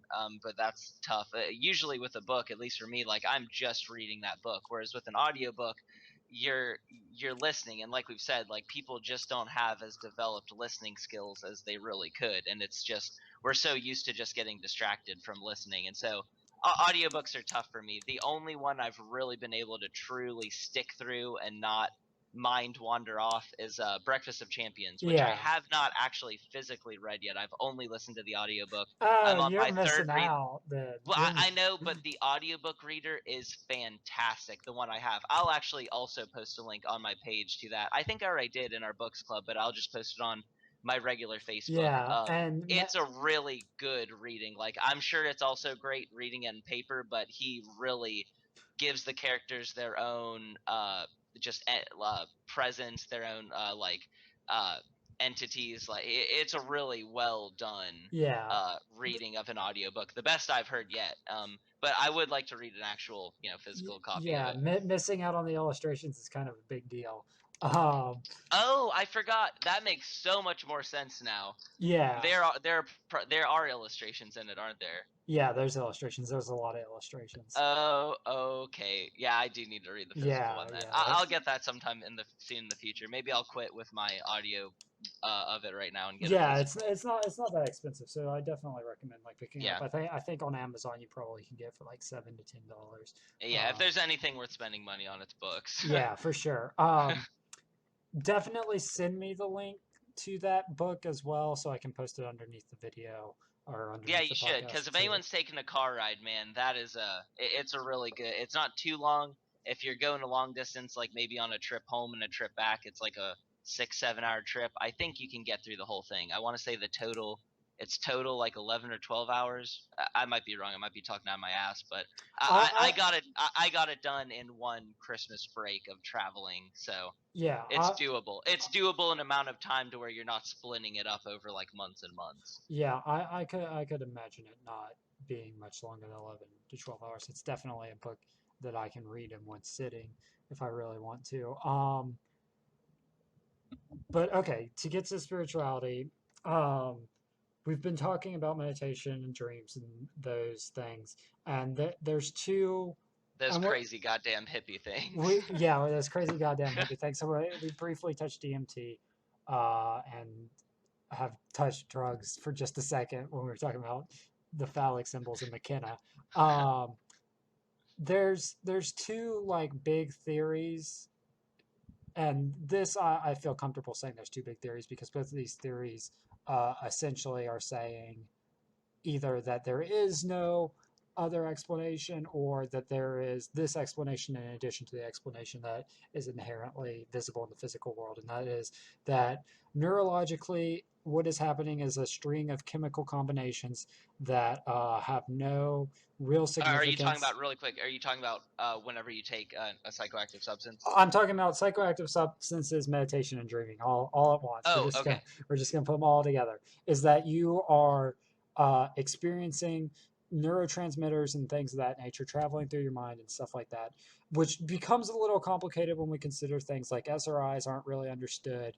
Other psychoactive medication isn't really understood. We just know that these transmitters tend to do this uh, and things like that.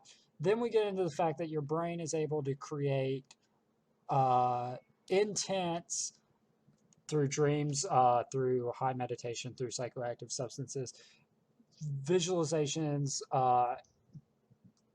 transformations of how sensory perception of the world around us, from even down to how you react to like physical discomfort and things of that nature, change when you are on these substances or you're on meditation or you're on a dream. And meditation's a funny example because if you think about it, the fact that you're really painfully and like horribly uncomfortable sometimes, and you're just sitting still and not thinking about things, is a little bit bizarre to try and wrap your mind around. To like, why would the brain even function like that? Why would your body need to be in such a fight or Yeah. flight response?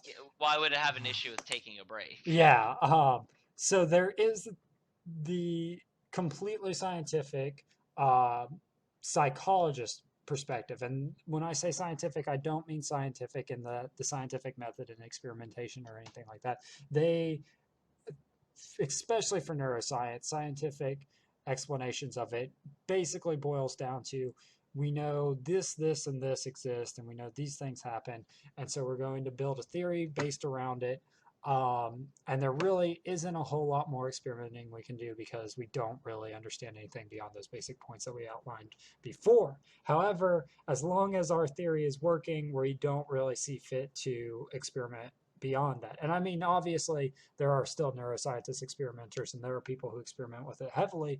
But the overall thing, especially in the psychology field that we see, is that there is a whole lot of ideological things. The fact that Freud and Jung had such a falling out and things of that nature shows that it's such like an ideological thing and more than a science thing. And I mean, you could compare it to cosmology and stuff like that with the astrophysicist, but psychology, it is these theses based on mere hypotheses that haven't necessarily been experimented on, and people changing their experimental data or just destroying information that doesn't support it. So with neuroscience and psychology, there is a big case of very much unscientific behavior occurring, and it is a little frightening to think about. And it's weird knowing that like Scientologists so rag on psychology for these methods, and we know Scientologists are a little crazy. Uh, but the This we know. yeah, this we know. Uh, You know nothing, Jon Snow. But the the fact that there's a hilarious Reddit of like commonly held misbeliefs, and someone's like, turns out Jon Snow actually does know something. God damn it. I know, it's just some Sam showed me. But okay, so Scientologists a bit crazy, psychology just not being able to explain stuff stuff. Yeah, unscientificness. like and Scientologists have called out them, and a lot of people don't even admit this just because it's Scientologists that have been calling it out. But I mean, especially with the SRI backlash and now the Adderall backlash, and to a certain extent the Xanax backlash, um, there is a lot more questioning of the scientific methods that are going on behind these researches and stuff. So then you have the alternative You're explanation. talking right now about the scientific like research on like drugs effects on Drugs like effects, mentality and the body and everything. yeah, what is going on with dreaming, what is going on with meditation, like the scientific theories behind what is occurring exactly there. Okay. Then you have the spiritual interpretation that agrees that, hey, there are these neurotransmitters and there are these substances and there are these things that are occurring on a scientific energy level. But there is all this stuff that isn't explained. And then why is all of that stuff the way it is? And why does that line up with atoms and quantum physics in such a way that it is probably one of the better representations of things existing in the same place at one or two places at once and just randomly moving and things of that nature. Like that is something that definitely occurs very heavily in neuroscience. So maybe there is some sort of energetic uh, field or transference that is going on that we are not completely aware of, and that we are accepting these scientific explanations that say, no, this is a very rooted thing that happens to do this because, well, this is how I've interpreted these rooted things to make it even more in line with that there isn't any outward expression of what is going on occurring. Um, how do you feel? Do you think that it is solely these neurotransmitters and we just don't understand enough, but the models that we are presented by psychoanalysts and things of that nature are pretty accurate? Or do you think that on some level there is like a spiritual transference occurring and that there is an energy flow of the neurotransmitters, or that because our perception affects the world around us so much that if we were to induce a state with such strength and like solidity that we could change the entire experience that we're experiencing and the reality around us would be completely different solely based on these neurotransmitters. Yeah. Okay, so I personally at this point do not feel that things like like you were just saying, just to kind of try to cover this one by one, intentionality, or say like you really truly inwardly and you really believe that such and such a thing is going to happen, like I believe like Gabe is gonna, just use an outlandish example because I like being silly, like Gabe is gonna grow a dick on his forehead. I don't think that any amount of me thinking it, or the entire world, the entire like all people thinking this thing together, I do not think that that is going to have an effect on the outside world because of some outside like energy flow. But and talking about the energy flow in general, I actually had a really interesting like just as far as even religion goes, because that's kind of where at least the whole idea of spirituality like starts with me. I went to a Christian like kindergarten type school, and they taught us through the Bible and everything, and I was like, oh, this is interesting, but I figured it was just like a story. And whenever I started realizing that people really like thought all of this stuff was true, and that there were other religions with like similar type to what I consider just outlandish shit going on that people really firmly believed like was RL. Uh, I was just like, what the fuck is wrong with you guys? And this is like, as I mean, whenever you go to kindergarten, so like 5, 6 year old, I was just absolutely denounced Christianity and religion in general. I was completely atheist without even knowing what the term meant.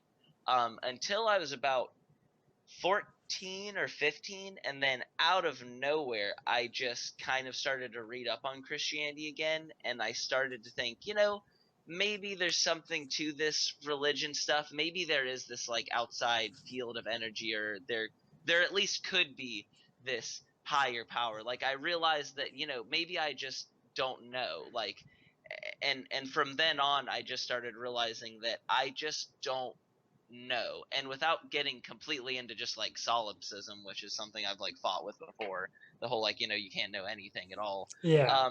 I personally just I don't think that there is that outside energy force.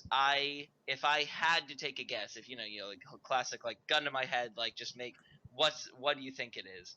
I would say that it is probably just the neurotransmitters, is probably just chemicals in your brain that are bringing about these weird these sensations, and they're just so foreign to us because they're really strong, and they're really foreign to us because we're not used to having them in there. But they're not killing us. They're really really mixing shit up with our brain chemistry. They're not killing us, so we're experiencing them, and we're getting to live after them, and remember the experience. But it's just so foreign that I guess there's that desire, and there always has been that desire of claiming that there must be some other dimension or other field somewhere that is having this effect. And I totally believe that could exist. I don't at all mean to say that I just denounce it, because like I said, I'm so close to being on the line that I usually just don't want to even give my opinion on it. But if I had to say something, I would say that it's just the neurochemistry and such. But I would not be surprised in the least if tomorrow, in whatever way, someone proved that, oh, here are these other dimensions, or there's this force field, and we're all interconnected, and you really can achieve these things by just having the intentionality for them. Or maybe me feeling this way and having these thoughts can affect someone else like 1,000 miles away.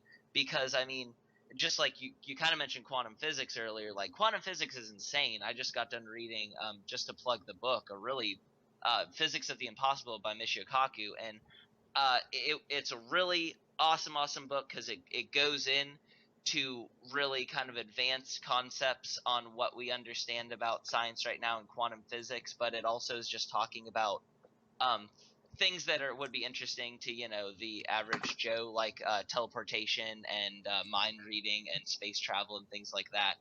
And there are, like you said, there are atoms all the time, just and quarks just popping in and out of a quote unquote existence, or at least like this reality that we're in. They're popping in and out of whatever this is.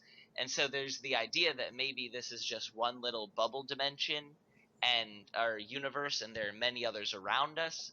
Maybe there are incredibly tiny microcosms and dimensions within this one.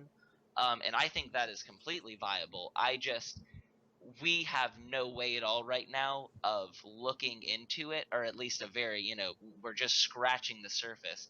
And so I would have to say right now, from what we know, that I don't think that that's how it works. The whole like spirituality, other dimensions are like we're interconnected through this like force field. But I think it's totally possible. And if you told me that was the case, I wouldn't, be gasping or anything like that. If Yeah. someone just somehow was able to fully prove it to me.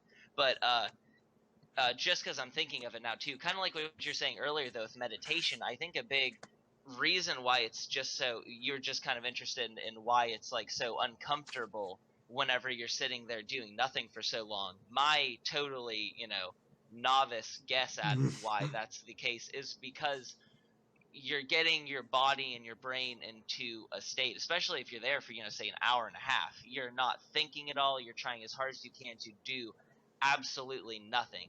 And the brain, the only other time you would be doing anything close to that is if you are dead. And so maybe it's scaring the brain in some way that you are like, being in any position like that for a long period of time or like indefinitely would not be good for you. It probably signifies that you are going to die to your brain, and so your brain is desperately trying to get you to have that fight or flight. Like, you need to stop this situation needs to end, because if it continues, the brain thinks that it means death. But that's just because I was thinking about that earlier, and I kind of wanted to give my little 2 cents on it. Yeah. Because it's just been such a strong feeling for me, and I know everyone else as well with meditation. That feeling of like, holy shit, I need to move or open my eyes or do something that's not this nothing for a second. Even though it's so beneficial to do it and has so many positive effects, sometimes when you're in the middle of it, there will be times when you're just like dreading it. Yeah. But I just overall, I'm not a very spiritual person, I think, is all I can say at the end of the day. Me personally, I am not spiritual at all, but I'm not like, I don't at all like laugh or mock at or have a negative opinion of people who deeply do believe in that stuff, and really think that that's what the case is, because I just don't know. And I always try to make that clear. Like I said, the really Socratic like thinking of, I am just ignorant on it. I don't know, don't have any way of knowing. So, that's it for me. Yeah. No, I mean that's definitely fair. We're about approaching time, so is there any last points that you want to make? Um, Not really points. There was one thing I kind of wanted to plug. We never really got anywhere near us talking about it, but just because it's like a really important thing to me, it's Peter Singer is one of my very favorite modern day philosophers, Yeah. and he has a really cool website called The Life You Can Save, which is it's not a charity in and of itself. It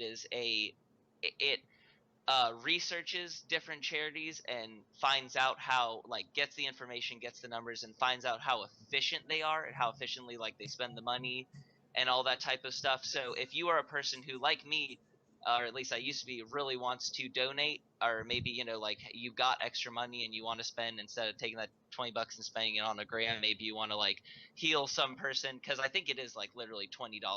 The Fred Hollows charity is a guy who like does cataract surgery and stuff like that to kids in Africa, and Yeah. it's definitely under $50. I want to say it's around 20 to take a kid who has cataracts or whatever eye problems he has.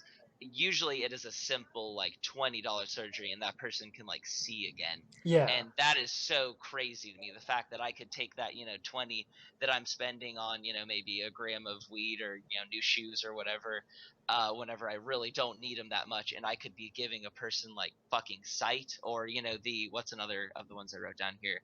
The Against Malaria Foundation is amazing, because for like $15 you can literally save someone's life. Yeah. So I just wanted to plug the Life You Can Save website. It's just called that, the Life You Can Save.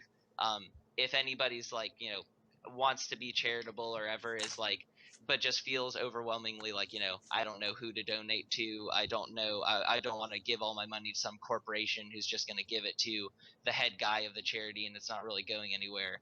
That's an awesome website, and just look into that. That's really, I know it's kind of seems off topic, but it's No, something it's that's really, okay. it's something really important to me, and I just kind of wanted to plug it. Yeah, it definitely is something important, and I definitely want you to send me the link when we're done, uh, so that I can post it under the video. But I want to thank everyone for watching. Random Select. This has been Gabriel Lee and Daniel Olszewski. Thank you so much for having me. This was fun. I loved this. Yeah, we'll definitely have you back on, and like you and Noah were sort of talking about having like a three-person one, and we definitely probably will have a trialogue at some point and not just the dialogue. Don't know exactly when that'll happen, but hopefully not too far in the future. Um, so I want to thank everyone for watching Random Select or listening to Random Select. Uh, subscribe and like if you appreciated this video and want to experience more discourses and conversations on really just about anything. If you want to participate in a conversation, DM me or tweet at me at Rndmselect or at Rndmselect, and that's RDNM Select. Thank you all for watching. See you later. Namaste.